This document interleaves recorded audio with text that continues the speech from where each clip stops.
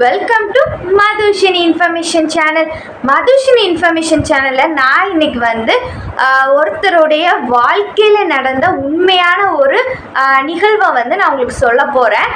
அந்த நிகழ்வு யாருடைய வாழ்க்கையில் நடந்துச்சு அப்படிங்கிறது நான் சொல்கிறதுக்கு முன்னாடி உங்களுக்கு தெரிஞ்சிருச்சு அப்படின்னா நீங்கள் அதை கமெண்டில் சொல்லுங்கள், ஓகேவா? ஸோ வாங்க வீடியோக்குள்ளே போகலாம்.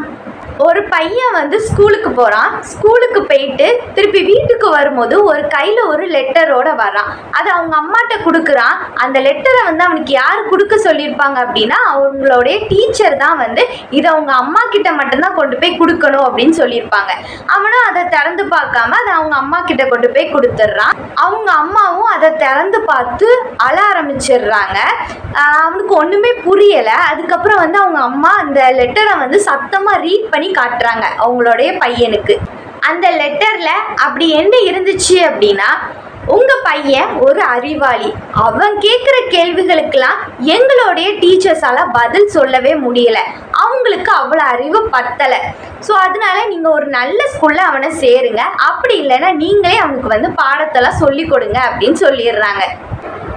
இதை கேட்டோன்னே அந்த பையன் ரொம்பவுமே சந்தோஷப்படுறான். நம்மளை ஒரு ஜீனியஸ் அப்படின்னு சொல்லிடுறாங்களே நம்ம ஸ்கூலில் அப்படின்னு சொல்லி ரொம்பவுமே ஹாப்பியாக இருக்கிறான். பல வருஷங்கள் கடந்து போயிருச்சு. அந்த பையனும் நல்லா படித்து ஒரு விஞ்ஞானியாக மாறிடுறான். நிறைய கண்டுபிடிப்புகளை கண்டுபிடிக்கான். அவங்க அம்மாவுமே கொஞ்ச நாளில் இறந்து போயிடுறாங்க. அப்புறம் ஒரு நாள் வீட்டில் உள்ள பழைய பொருட்கள் எல்லாமே எடுத்து பார்த்துக்கிட்டு இருக்கான். அப்போ தான் அந்த பழைய லெட்டர் அவனுடைய கையில் கிடைக்குது. அந்த லெட்டர் கசங்கி போய் இருக்குது. அதை மெதுவாக அவன் திறந்து பார்க்குறான். அந்த லெட்டரில் என்ன இருந்துச்சு அப்படின்னா, உங்கள் பையன் ஒரு கிறுக்கன், அவனுக்கு மனநில குறைபாடு ஏதோ இருக்குது, அதனால எங்களாலலாம் அவனை சமாளிக்கவே முடியாது, இந்த பள்ளிக்கு இனிமே அவனை அனுப்பவே வேண்டாம் அப்படின்னு இருந்துச்சு. இதை பார்த்த உடனே அந்த பையன் அழ ஆரம்பிச்சிடுறான். ஆனாலுமே அவன் இப்போ பெரிய விஞ்ஞானியாகவும் நிறைய கண்டுபிடிப்புகளை கண்டுபிடிச்சிருக்கான்.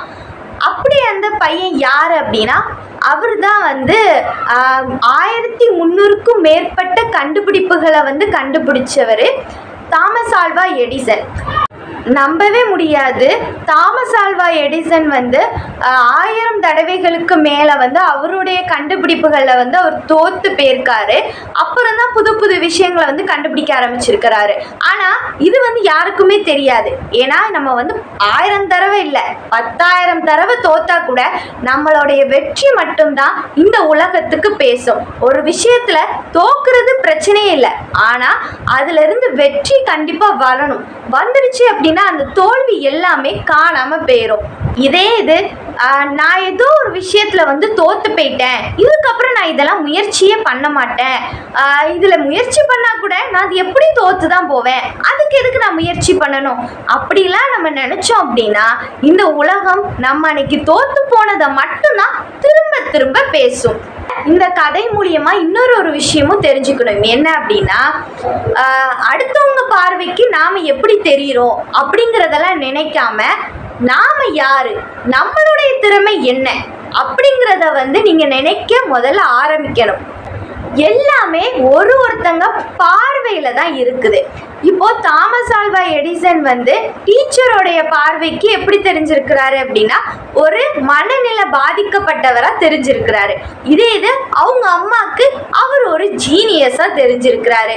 அதே மாதிரி அவர் என்ன நினைச்சாரு, நான் ஒரு ஜீனியஸ் தான்ப்பா அப்படின்னு நினைச்சாரு. அவர் நினைச்சு முயற்சி செஞ்சாரு, ஜீனியஸாவே மாறிட்டாரு. இந்த மாதிரி தான் அடுத்தவங்க என்ன நினைக்கிறாங்கங்கிறத கவனிக்காம நாம நம்ம லைஃப்ல முன்னேற பார்க்கணும். ஸோ இந்த வீடியோ உங்க எல்லாத்துக்குமே யூஸ்ஃபுல்லா இருந்திருக்கும்னு நினைக்கிறேன். ஸோ இந்த வீடியோ உங்களுக்கு பிடிச்சிருந்துச்சு அப்படின்னா நம்ம சேனலை சப்ஸ்கிரைப் பண்ணிக்கோங்க. Thank you so much. பாய்.